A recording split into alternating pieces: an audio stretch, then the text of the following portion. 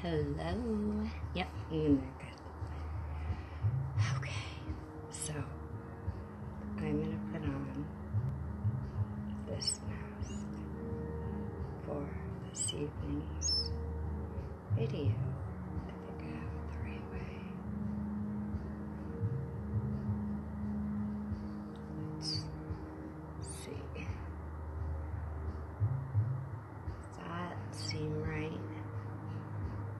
Okay, it doesn't matter. Okay, so I'm wearing this mask for a lot of reasons. What I wanted to talk about was, as much as I'm very public and open about a lot of things, I still have a lot of fears and things I'm scared of and ashamed of. My hair is stuck in the mask. And another thing that maybe you don't know about me is that I started my life as a self-employed person. I was able to leave the job world. I worked in the field of addiction treatment, trauma counseling, coaching therapy, and that world for 6 years. And I became a webcam under the name Elise Mystique, and I always wore a mask. I wasn't ready. I kept that name for a long time, even as a Tantra practitioner when I got into Tantra. I stayed Elise, and I just changed it to Elise Divine. And that's my name on FetLife.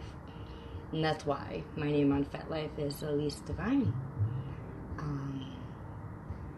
And I've been in white light and celebrating white light for a few days now, and today I felt inspired that tomorrow I'm going to transition to another chakra down, and I'm going to go through the whole chakra systems and flow and really celebrate each chakra in all the different ways. And so dressing in the light that chakra vibrates at,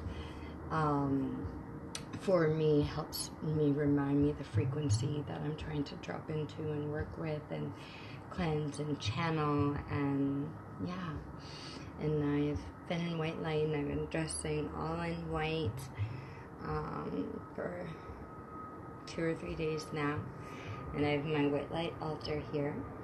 And when I was just fiddling around looking for white stuff, this came across my hands, and I'm like, okay then, I guess that's what we're doing tonight. The universe always provides. And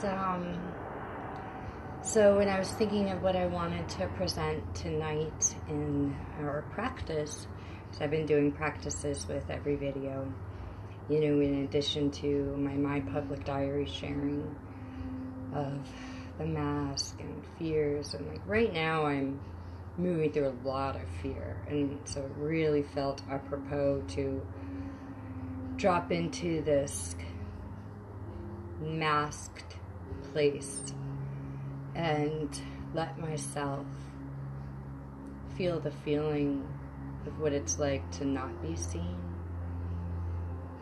and to be somewhat covered and masked.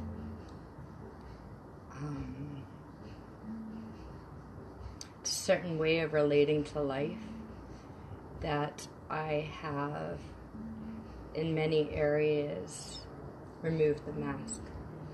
And I strive to continuously find more areas I can remove more masks and reveal more and be more authentic and more real and more vulnerable and more raw. And, while I'm feeling this fear body state and embracing the white light at the same time, I'm definitely learning a lot. And one of my dear, dear, dear friends, colleagues, and teachers that I've learned a lot from along the way, Kelly Sparta. Look her up. Kelle Sparta, Sparta. So she recently relocated, I can't remember where, I think somewhere, I don't remember, but she was in Boston for a while. She most likely offers remote and virtual services. She is a great tantric, ritualistic life coach, shamanic coach, intuitive, really amazing, well-rounded practitioner, coach, guide, healer, and a lot of the practices I do, I learned from her, and I felt like tonight I really want to call upon her energy and embrace her, because she dances very strong in the ritual arts and in her confidence, in her psychic abilities. And I'm really coming into deep recognition of my psychic abilities this year. And going blind has woken up my psychic abilities to a way that I just can't deny it. And I'm trying to learn how to manage it in relating to the rest of the world who doesn't see what I see, but they see other things, right? So Kelly really has taught me a lot in regards to being one of these highly sensitive, empathic, intuitive, strong women. And I just want to embody that aspect of her that I inspire, that inspires me, that I aspire to be like. She really shows up in her full authentic self in such a beautiful way, in such an empowered, confident way, in such a spiritual, shamanic, tantric, amazing way. And she really celebrates high frequency love and relationship in her authentic expression, and stays true to herself regardless of the independent, good opinion of others. She stays true to herself. She's really amazing. So this drum was given to me by her, and when I left Boston, we had a beautiful goodbye and sacred exchange ceremony where I gifted an altarpiece that she really loved from my Boston temple, and she gifted me this piece from her Boston temple. And so when I felt the need to channel her energy, I felt the need to drum, and I was like, all right, why not the drum that she gave me? So I want to change the music. I don't think I can. Whatever. Let me make sure this is, no. Yeah, that's where I want it. So, everyone that's with us, watching, I invite you to close your eyes or watch me with a gentle, intuitive, receptive gaze. With a fully open being body, sitting with a straight spine if you can, opening your palms to receive, putting your palms down to ground and land, and you can play with both throughout the practice. You could channel the practice into different chakra points, different parts of your body that you'd like to receive this magic. So as I'm doing this magic for me, I really invite you to drop in and receive this for you, however you need to. And those are just some ways you can do that. And I'll be breathing and chanting mantra. And I invite you to breathe and chant with me as well, or just receive.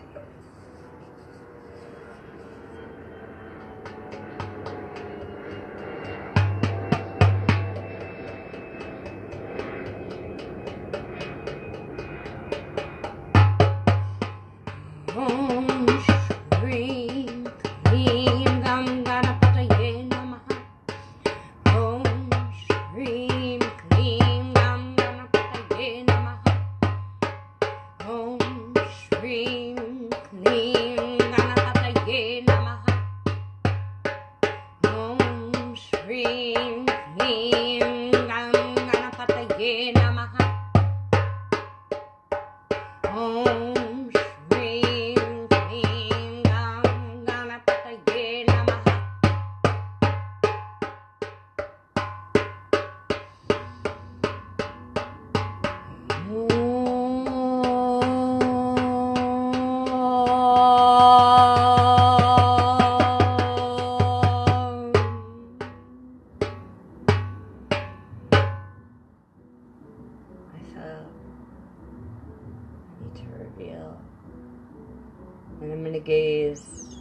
at you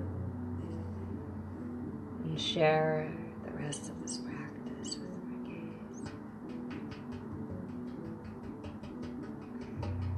Om Gam Ganapataye Namaha. Om Gam Ganapataye Namaha. Om Gam Ganapataye Namaha. And Kelly, if you happen to gaze your eyes upon this, and you know what? When I put this on YouTube, I'm going to send it to her. There. I'm going to make sure she knows. Om Gam Ganapataye Namaha. That one was for you, Kelly. And this one's for you too, Kelly. Om Gam Ganapataye Namaha. And back to the world, to all of you, all of us, chanting world, love, peace, bliss, chanting with the intention so that we all feel the loving, ever-present grace that our crown chakra provides from the divine sources that we choose to relate to. The divine sources that we want to say yes to. What are those? What do you invite into your crown? What is your divinity? Breathing in it. Om, om, om, om, om, om. Om Mani Padme Hum. Om Mani Padme Hum. Om Mani Padme Hum. Om Mani Padme Hum. Om Mani Padme Hum. Om Mani Padme Hum. Om Mani Padme Hum. Om Mani Padme Hum. Om Mani Padme Hum. Om Mani Padme Hum. Om Mani Padme Hum. Om Mani.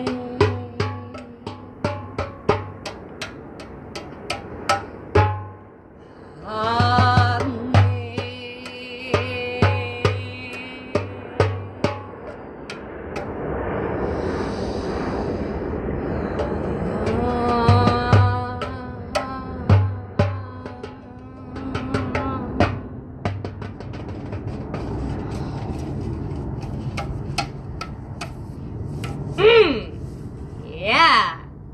If you don't have a drum, you go get yourself one. Get one on eBay, get one on Amazon, Google, find a store near you. There's this one store called 1001 Worlds, or it's like 1,000 Worlds or something. I've gotten a couple drums at them. They're like a imported cool chain place, but anyways, yeah, stop in your hippy dippy stores. All the hippy dippy shops have drums, or get a Tibetan full, or find these. This thing's awesome. This little clinker. Oh my god. When I clink this around my chakra system, like I feel it.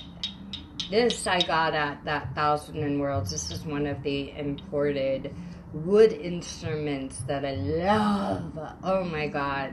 Behind me, I have a giant 30-something inch wind gong. And if you've never had a gong bath, that's one of the services I offer. I do sound healing sessions. And gong baths are like full being encompassing vibration. I've had people reach full body orgasm just from the gong. Well, not just from, I'm guiding them through breath work. So through tantric breath work with the gong,